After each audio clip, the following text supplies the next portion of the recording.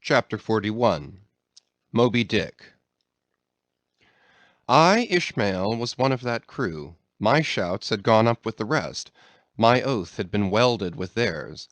And stronger I shouted, and more did I hammer and clinch my oath, because of the dread in my soul. A wild, mystical, sympathetical feeling was in me. Ahab's quenchless feud seemed mine. With greedy ears I learned the history of that murderous monster against whom I and all the others had taken our oaths of violence and revenge. For some time past, though at intervals only, the unaccompanied, secluded white whale had haunted those uncivilized seas mostly frequented by the sperm whale fishermen.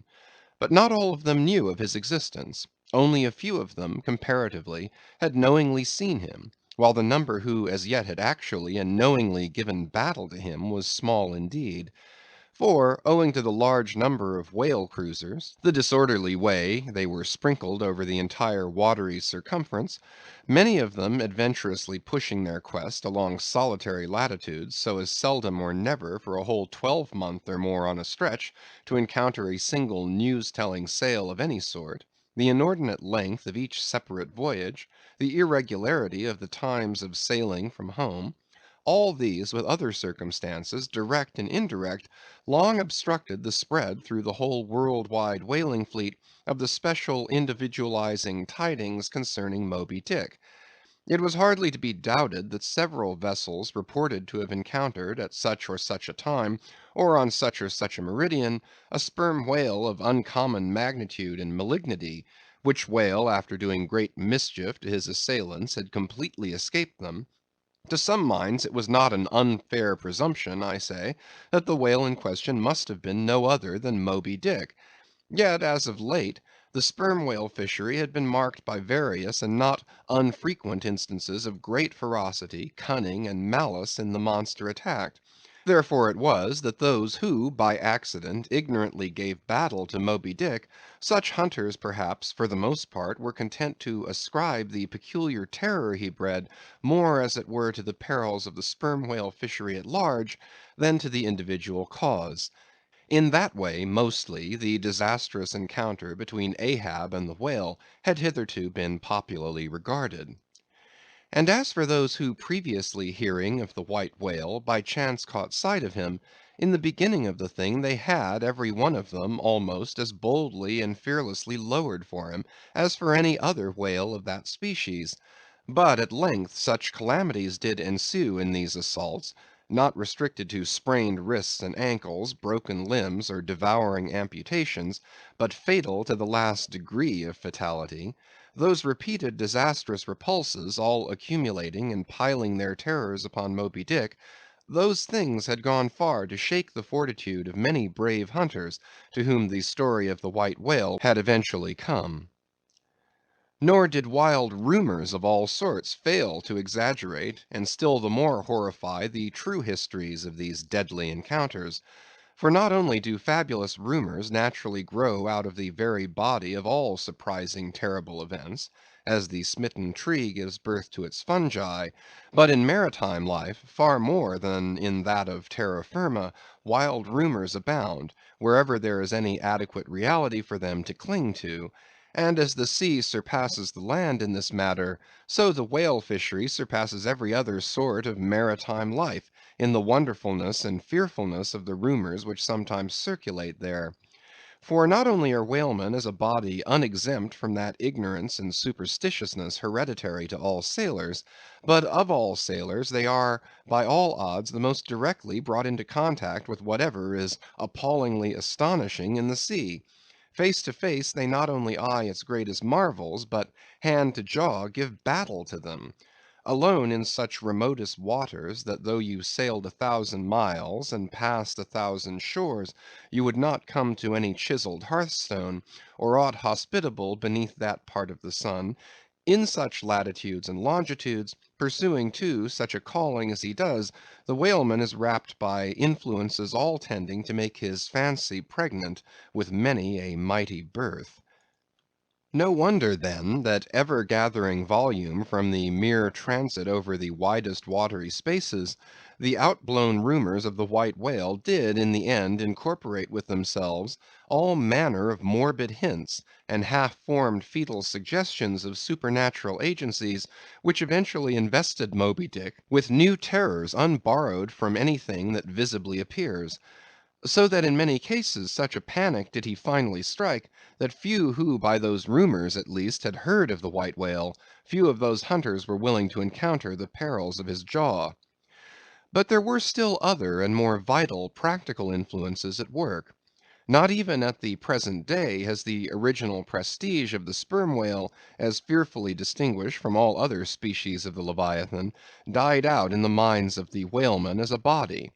There are those this day among them who, though intelligent and courageous enough in offering battle to the Greenland or right whale, would perhaps, either from professional inexperience, or incompetency, or timidity, decline a contest with the sperm whale. At any rate, there are plenty of whalemen, especially among those whaling nations not sailing under the American flag, who have never hostilely encountered the sperm whale, but whose sole knowledge of the Leviathan is restricted to the ignoble monster primitively pursued in the North.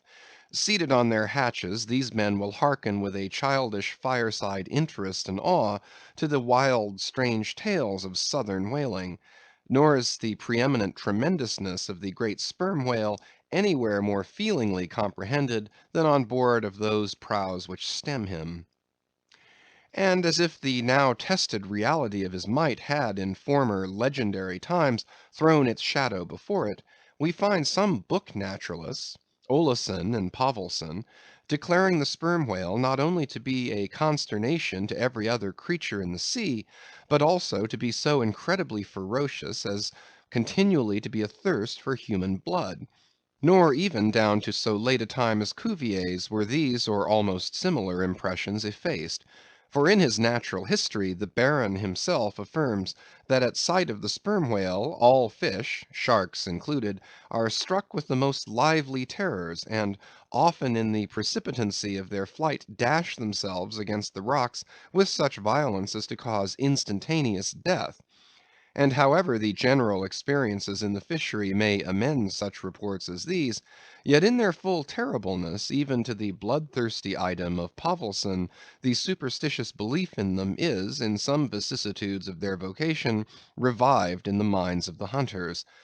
So that overawed by the rumors and portents concerning him, not a few of the fishermen recalled, in reference to Moby Dick, the earlier days of the sperm whale fishery, when it was oftentimes hard to induce long-practiced right whalemen to embark in the perils of this new and daring warfare; such men protesting that although other leviathans might be hopefully pursued, yet to chase and point lance at such an apparition as the sperm whale was not for mortal man; that to attempt it would be inevitably to be torn into a quick eternity. On this head there are some remarkable documents that may be consulted. Nevertheless, some there were who even in the face of these things were ready to give chase to Moby Dick, and a still greater number who, chancing only to hear of him distantly and vaguely, without the specific details of any certain calamity, and without superstitious accompaniments, were sufficiently hardy not to flee from the battle if offered. One of the wild suggestions referred to, as at last coming to be linked with the white whale in the minds of these superstitiously inclined, was the unearthly conceit that Moby Dick was ubiquitous; that he had actually been encountered in opposite latitudes at one and the same instant of time. Nor, credulous as such minds might have been, was this conceit altogether without some faint show of superstitious probability. For as the secrets of the currents of the seas have never yet been divulged, even to the most erudite research, so the hidden ways of the sperm whale when beneath the surface remain in great part unaccountable to his pursuers, and from time to time have originated the most curious and contradictory speculations regarding them, especially concerning the mystic modes whereby after sounding to a great depth he transports himself with such vast swiftness to the most widely distant points. It is a thing well known to both American and English whale ships, and as well a thing placed upon authoritative record years ago by Scoresby, that some whales have been captured far north in the Pacific, in whose bodies have been found the barbs of harpoons darted in the Greenland seas. Nor is it to be gainsaid, that in some of these instances it has been declared that the interval of time between the two assaults could not have exceeded very many days. Hence, by inference, it has been believed by some whalemen that the Northwest Passage, so long a problem to man, was never a problem to the whale. So that here, in the real living experience of living men, the prodigies related in old times of the inland Strelo mountain in Portugal, near whose top there was said to be a lake in which the wrecks of ships floated up to the surface, and that still more wonderful story of the Arethusa fountain near Syracuse, whose waters were believed to have come from the Holy Land by an underground passage, these fabulous narrations are almost fully equalled by the realities of the whaleman. Forced into familiarity, then, with such prodigies as these, and knowing that after repeated intrepid assaults the white whale had escaped alive, it cannot be much matter of surprise that some whalemen should go still further in their superstitions, declaring Moby Dick not only ubiquitous, but immortal; for immortality is but ubiquity in time; that though groves of spears should be planted in his flanks, he would still swim away unharmed; or if indeed he should ever be made to spout thick blood, such a sight would be but a ghastly deception; for again in unsanguined billows, hundreds of leagues away, his unsullied jet would once more be seen. But even stripped of these supernatural surmisings, there was enough in the earthly make and incontestable character of the monster to strike the imagination with unwonted power. For it was not so much his uncommon bulk that so much distinguished him from other sperm whales, but, as elsewhere thrown out, a peculiar snow-white wrinkled forehead, and a high pyramidical white hump. These were his prominent features, the tokens whereby, even in the limitless uncharted seas, he revealed his identity, at a long distance, to those who knew him. The rest of his body was so streaked and spotted and marbled with the same shrouded hue, that in the end he had gained his distinctive appellation of the White Whale, a name, indeed, literally justified by his vivid aspect, when seen gliding at high noon through a dark blue sea, leaving a Milky Way wake of creamy foam, all spangled with golden gleamings. Nor was it his unwonted magnitude, nor his remarkable hue, nor yet his deformed lower jaw that so much invested the whale with natural terror, as that unexampled intelligent malignity which, according to specific accounts, he had over and over again evinced in his assaults. More than all, his treacherous retreats struck more dismay than perhaps aught else; for when swimming before his exulting pursuers, with every apparent symptom of alarm, he had several times been known to turn round suddenly, and bearing down upon them, either stave their boats to splinters, or drive them back in consternation to their ship. Already several fatalities had attended his chase. But though similar disasters, however little bruited ashore, were by no means unusual in the fishery, yet in most instances such seemed the white whale's infernal aforethought of ferocity, that every dismembering or death that he caused was not wholly regarded as having been inflicted by an unintelligent agent. Judge, then, to what pitches of inflamed, distracted fury the minds of his more desperate hunters were impelled, when amid the chips of chewed boats, and the sinking limbs of torn comrades, they swam out of the white curds of the whale's direful wrath into the serene, exasperating sunlight, that smiled on, as if at a birth or a bridal.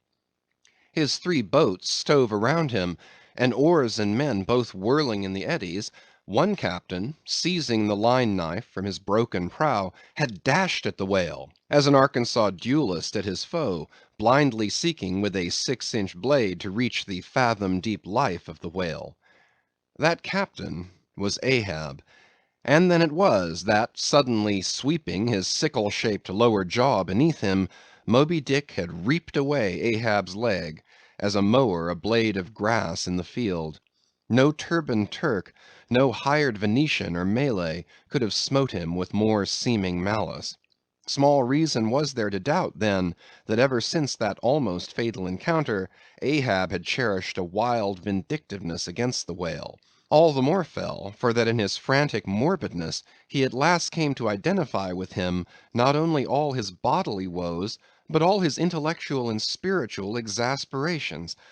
The white whale swam before him as the monomaniac incarnation of all those malicious agencies which some deep men feel eating in them, till they are left living on with half a heart and half a lung. That intangible malignity which has been from the beginning, to whose dominion even the modern Christians ascribe one half of the worlds, which the ancient Ophites of the East reverenced in their statue devil, Ahab did not fall down and worship it like them, but deliriously transferring its ideas to the abhorred white whale, he pitted himself all mutilated against it. All that most maddens and torments, all that stirs up the lees of things, all truth with malice in it, all that cracks the sinews and cakes the brain, all the subtle demonisms of life and thought, all evil to crazy Ahab, were visibly personified and made practically assailable in Moby Dick. He piled upon the white whale's hump the sum of all the general rage and hate felt by his whole race from Adam down, and then, as if his chest had been a mortar, he burst his hot heart's shell upon it. It is not probable that this monomania in him took its instant rise at the precise time of his bodily dismemberment. Then, in darting at the monster, knife in hand, he had but given loose to a sudden, passionate, corporal animosity; and when he received the stroke that tore him, he probably but felt the agonizing bodily laceration, but nothing more. Yet when by this collision forced to turn towards home, and for long months of days and weeks, Ahab and Anguish lay stretched together in one hammock, rounding in mid‐winter that dreary howling Patagonian cape, then it was that his torn body and gashed soul bled into one another, and so interfusing, made him mad. That it was only then, on the homeward voyage after the encounter, that the final monomania seized him, seems all but certain from the fact that, at intervals during the passage, he was a raving lunatic; and though unlimbed of a leg, yet such vital strength yet lurked in his Egyptian chest, and was moreover intensified by his delirium, that his mates were forced to lace him fast, even there as he sailed raving in his hammock. In a strait jacket he swung to the mad rockings of the gales; and when running into more sufferable latitudes, the ship, with mild stunsails spread, floated across the tranquil tropics, and to all appearances the old man's delirium seemed left behind him with the Cape Horn swells, and he came forth from his dark den into the blessed light and air; even then, when he bore that firm collected front, however pale, and issued his calm orders once again, and his mates thanked God the direful madness was now gone; even then Ahab in his hidden self raved on. Human madness is oftentimes a cunning and most feline thing. When you think it fled, it may have but become transfigured into some still subtler form. Ahab's full lunacy subsided not, but deepeningly contracted, like the unabated Hudson, when that noble Northman flows narrowly but unfathomably through the Highland gorge. But as in his narrow flowing monomania not one jot of Ahab's broad madness had been left behind, so in that broad madness not one jot of his great natural intellect had perished. That before living agent now became the living instrument. If such a furious trope may stand, his special lunacy stormed his general sanity, and carried it, and turned all its concerted cannon upon its own mad mark; so that far from having lost his strength, Ahab to that one end did now possess 1,000-fold more potency than ever he had sanely brought to bear upon any one reasonable object. This is much; yet Ahab's larger, darker, deeper part remains unhinted. But vain to popularize profundities, and all truth is profound. Winding far down from within the very heart of this spiked Hôtel de Cluny where we here stand, however grand and wonderful, now quit it, and take your way, ye nobler, sadder souls, to those vast Roman halls of Thermes, where far beneath the fantastic towers of man's upper earth, his root of grandeur, his whole awful essence, sits in bearded state, an antique buried beneath antiquities, and throned on torsos. So with a broken throne the great gods mock that captive king; so like a caryatid his patient sits, upholding on his frozen brow the piled entablatures of ages. Wind ye down there, ye prouder, sadder souls; question that proud, sad king. A family likeness? Aye, he did beget ye, ye young exiled royalties; and from your grim sire only will the old state secret come. Now in his heart Ahab had some glimpse of this, namely, all my means are sane, my motive and my object mad.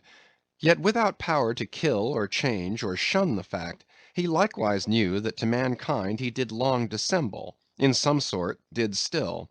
But that thing of his dissembling was only subject to his perceptibility, not to his will determinate.